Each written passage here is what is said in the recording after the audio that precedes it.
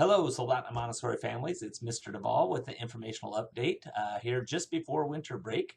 Today happens to be December 17th, and I wanted to share some information with you just before we part ways for a couple of weeks and get you some information that may help you as you prepare for returning in January. So, firstly, I just want to start with just last Tuesday on the 15th, we had our holiday drive-in, and boy, oh boy, what a great experience that was. Really fun to see all the families come out in the cars. It was a good environment to have a video and just a fun, different time to be together in this COVID time. And so hopefully those of you who were able to come had a good time and enjoyed that. I think my impression was that it was well received. But those of you who couldn't make it, the video is online if you want to see what many of our students and families put together just to help us celebrate the season. So I encourage you, if you haven't gone to the school website, in the communication tab, you'll find a link to the video there, and I encourage you to watch it if you haven't had a chance already. So I want to take this next moment of our video to talk about what our return in January is going to look like. And I know there's been some announcements and some changes that may have caused some questions for our families. And so I'm going to do my best to try and clarify that right now. We'll see how I do. January 4th is when school starts back up for all of our students. And we're going to be starting in remote. So we're going to do 100% remote for all students, with the exception of our students who are in kindergarten and the students who have been identified to receive in-person instruction while we're in red.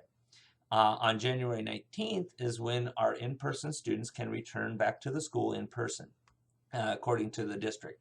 And so that has developed some questions for our families that have been doing 100% remote by choice. And they've been working with Mrs. Brenner and Mrs. Dixon, our distance teachers. And for those families, I will say you can continue in your 100% remote distance learning with those teachers.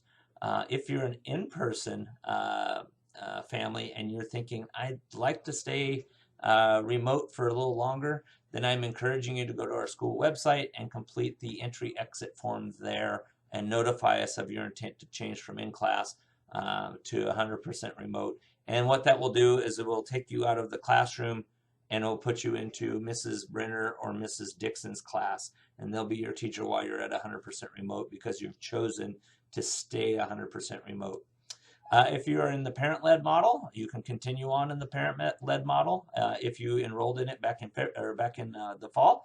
But I just want to remind you that each quarter is a chance for you to change that enrollment. And so here we are at the end of the second quarter, and you have an opportunity to change to in-class if you want. And so I encourage you to, if you're thinking about that and you'd like to make that change, please go to the website and fill out the entry-exit form, letting us know of your intent to change to in-class model. So those are the things about our classes that I wanted to clarify, because I think there's some question about when we hear returning to in-class that's everyone. And I just want to say it's not everyone. It's just those families that have chosen to be in-person learning for now. Want to remind you about when we come back, masks are going to be required at all times for all students. And I did get some information from the district today that the Smart Start plan has been altered to allow for us to have, there's some concern about the 6-foot requirement and our ability to do it. There has been a language change that allows us to have some autonomy in that, and so it's not as pressing a concern for the school anymore. And so that was welcome news, by the way, and it allows us to be a little bit more flexible with our work with students, and so we're really glad for that change. The last thing I have is, to keep it short, is to say happy holidays, and I just hope that you take this next 2 weeks to take a breath, recharge if you can. I know it's been just kind of a crazy year. It's been that way for, of course, the staff. It's been that way for kids, and hopefully we can just take some time and enjoy just some peace, and that you can find some of that peace during this time, and just recharge and be ready to return in January. So anyway, we do love you. We care for you a great deal, and we wish you well in the next 2 weeks while we're at break, and we look forward to better days ahead and maybe some changes with regard to COVID. And so again, we wish you well. Have a great break.